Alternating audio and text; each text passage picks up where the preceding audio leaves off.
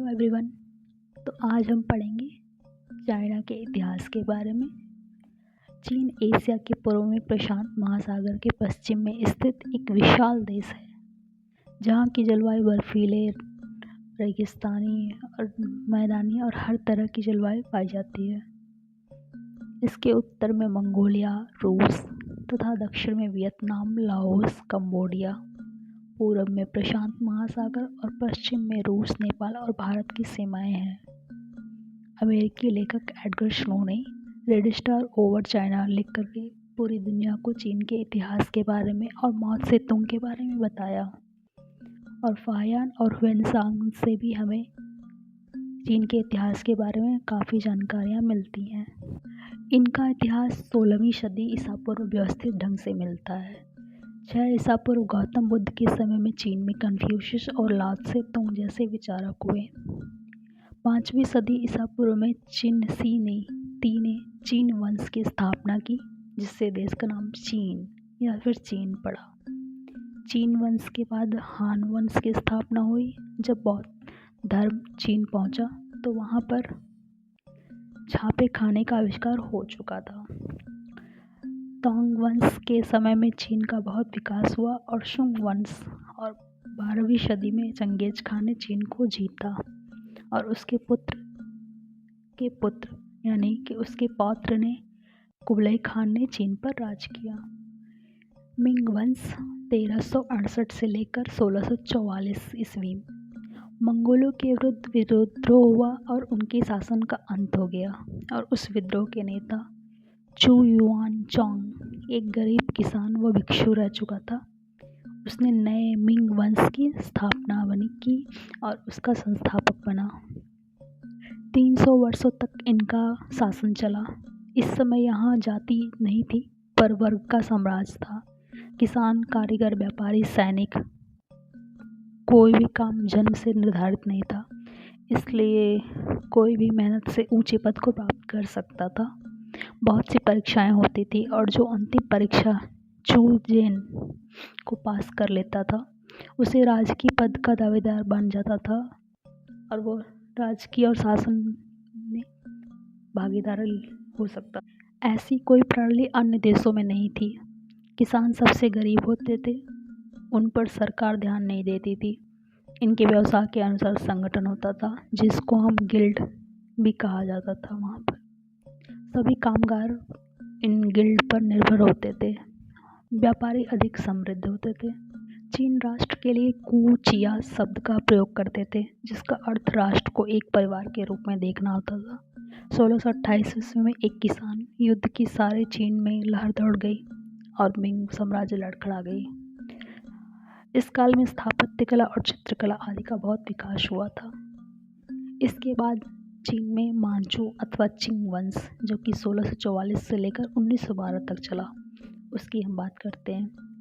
चीन के उत्तर में स्थित मंचूरिया से आए 1644 में पेकिंग पर कब्जा कर लिया और चीन के इतिहास में यह अंतिम राजवंश रहा जो 1912 की क्रांति तक राज किया।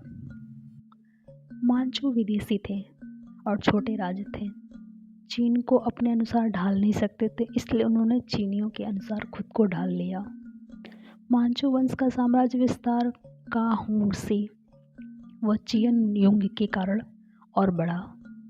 कांग ने विद्रोहों का दमन करके राज्य पर अपनी मजबूत पकड़ बना ली और साथ में फॉर्मोसा, जिसको कि ताइवान के नाम से हम जानते हैं, नामक टापू तथा पश्चिम में तिब्बत को भी जीत लिया।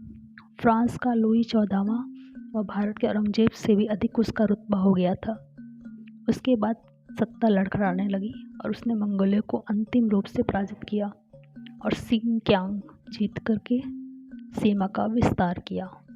चीन का प्रभाव दक्षिण में अन्नाम, बर्मा और नेपाल तक पहुंच गया। वहां के शासकों ने कर देना ही स्वीकार किया और उसकी शरण में आ गए। अब हम जानते हैं यूरोप का चीन में हस्तक्षेप। प्राचीन समय में चीन का संपर्क भारत के साथ और अरब और रोम के साथ भी था। चीन का सिल्क रूट एशिया को यूरोप से जोड़ता था, लेकिन चीन स्वयं को चुंगको यानी मिडल किंगडम और अन्य देशों को हू यानी बर्बर कहने लगे थे। 13वीं सदी में मार्को पोलो इटली से चीन पहुंचा। हालांकि वास्तव में यूरोप में पूर्व की ओर कोई झुकाव नहीं था। पुनर्जागरण के बाद ही उनका झुकाव पूरब और भारत की तरफ और चीन की तरफ बढ़ा। चीन में भी भारत की तरफ पहले पुर्तगाली पहुंचे। मिंग शासकों ने उन्हें महत्व नहीं दिया। 17वीं सदी की आरंभ में डच और अंग्रेज भी पहुंचे, लेकिन डच की रुचि चीन से अधिक इंडोनेशिया में थी और उन्होंने ईस्ट इंडिया कंपनी और अंग्रेजों को चीन को महत्व देने लगे। मांचू शासक ने कुछ बंदरगाह विदेशी व्यापारियों के लिए खोल दिया और चीन और इंग्लैंड के बीच यानी चाय का निर्यात होने लगा और धीरे धीरे चाय ने शराब और दूध पेय को पीछे छोड़कर अपनी जगह बना ली। इसके अलावा रेशम, चीनी मिट्टी के बर्तन और अफीम आदि का व्यापार होने लगा। इसी से वहाँ पे 2 युद्ध भी हुए। एक अफीम युद्ध फर्स्ट हुआ जो कि 1839 में हुआ और दूसरा अफीम युद्ध सेकंड जो कि 1858 में हुआ। इसके साथ साथ ही वहाँ पे एक ताइपिंग विद्रोह हुआ जो कि चीन के अपमान का प्रतिकार था। राष्ट्र कमज़ोर हो रहा था और मजदूरों और किसानों का शोषण बढ़ता जा रहा था। 1849 में क्वांगतुंग क्षेत्र में भीषण अकाल पड़ा, पर मांचू शासन ने कुछ भी नहीं किया। इसके कारण और विद्रोह बढ़ गया। इसके साथ साथ इसके बाद ही एक और विद्रोह हुआ जिसको बक्सर विद्रोह कहते हैं। पहले के जो कारण थे उसके अलावा ईसाई मिशनरियों के बढ़ते प्रभाव के कारण यह विद्रोह हुआ था। इस विद्रोह के बढ़ते प्रभाव जिसमें 250 विदेशियों की हत्या हुई थी, जिसके बाद इंग्लैंड और अमेरिका और जापान व रूस ने मिलकर टिनसिन की भयानक लड़ाई में 15,000 चीनियों को मार दिया और विद्रोह का दमन किया और यह बक्सर प्रोटोकॉल संधि उसके बाद चीन के साथ की। 1911 की जनवादी क्रांति हुई। चीन की राजमाता सुशी बेहद कठोर महिला थी। उसने षड्यंत्र बहुत सारे किए और सुधार भी किए। मृत्यु से कुछ साल पहले उसने चीन में बहुत सुधार करने का प्रयास किया। 1909 में चीन में पहली बार आम चुनाव हुए। पहली बार प्रांत असेंबली और उसके बाद केंद्रीय असेंबलियां बनी। 1910 की बाढ़ में 3 लाख लोग भूख से मर गए और लाखों चीनी मजदूर मलाया और फिलीपींस जा बसे। सन्यात सेन जो कि गांधी की तरह ही वहाँ पे एक राष्ट्र नेता माने जाते थे। 1866 में एक गरीब परिवार में जन्म लिए और डॉक्टर बन गए, लेकिन सही पद ना मिलने पर उन्होंने हवाई में नौकरी करने लगे। लेकिन 1911 में जब फ्रांस की क्रांति भड़की तो वो वापस पीकिंग चाइना की राजधानी में आ गए और उन्होंने क्रांतिकारियों का समर्थन किया। उनके क्रांतिकारियों ने सर्वमान अध्यक्ष मान लिया और 1818 प्रांत में से 17 प्रांत में सन्यात सेन को समर्थन मिला। 1912 को सुन राष्ट्रपति बन गए और उनकी पार्टी कुओमिंतांग ने रूस से अच्छे संबंध स्थापित करने के प्रयास किया। 1925 में सन्यात सेन की मृत्यु हो गई। चीन में फिर से साम्यवाद का उदय होने लगा। 1949 में हुए क्रांति में लोगों ने को साम्यवाद की तरफ मोड़ना। इसके पूर्व वह न तो सामंती थे, न ही पूरीवत्र पूंजीवादी थे, न ही कोई उपनिवेश थे। रूस की क्रांति का प्रभाव और मार्क्स की बातों का प्रभाव पूरी दुनिया पर पड़ रहा था और साथ ही साथ इसका प्रभाव पेकिंग यूनिवर्सिटी में छात्रों पर भी पड़ रहा था। वहाँ पे ली ताओ चाओ तथा चेन तू सिउ ने एक मार्क्सवाद का अध्ययन शुरू किया और यहीं से 1920 में पहली बार कम्युनिस्ट पार्टी का गठन हुआ। शुरुआत में यह पार्टी रूस की पार्टी का अनुसरण करती थी।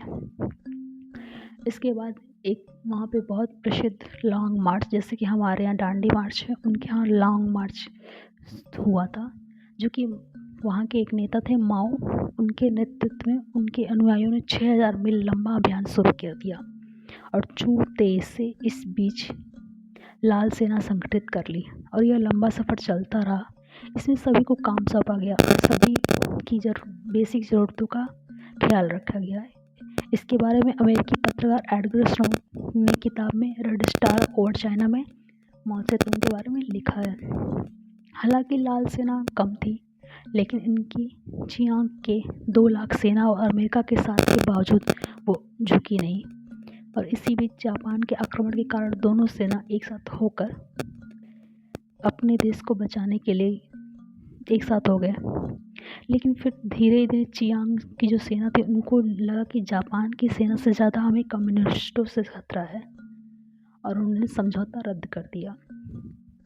लेकिन सेकेंड वर्ल्ड वार के उस वक्त 1939 में सेकेंड वर्ल्ड वार भी शुरू हो चुका था, और इसमें जापान के हार के बाद लाल सेना जन सेना बन चुकी थी। 1949 में राजधानी पर कब्जा कर लिया और वहाँ पर अपना झंडा लगा दिया, और चियांग की सेना चीन की मुख्य भूमि छोड़ करके फार्मोसा, जो कि ताइवान है, वहाँ जाकर भाग के शरण लिए। लाल सेना ने ताइवान को चीन का ही अंग माना, और अमेरिका ताइवान को असल में चीन मानता रहा। भारत और ब्रिटेन ने चीन को मान्यता दे दी थी, लेकिन अमेरिका कोरिया के युद्ध के जरिए चीन पर अंकुश लगाने का असफल प्रयास किया, लेकिन वो सफल नहीं हुआ। लाल सेना दक्षिण कोरिया और वियतनाम भी ताइवान अमेरिका के शक्ति के कारण चाइना पर दबाव बनाते रहे, लेकिन इसका कोई असर नहीं हुआ, और चीन हालांकि आज आप देखते हैं कि महाशक्ति के रूप में उभर रहा है। तो ये थी हमारे चीन के इतिहास के बारे में कुछ फैक्ट्स। आशा करती हूँ आपको अच्छा लगा होगा। आप फिर मिलते हैं नेक्स्ट टाइम। बाय।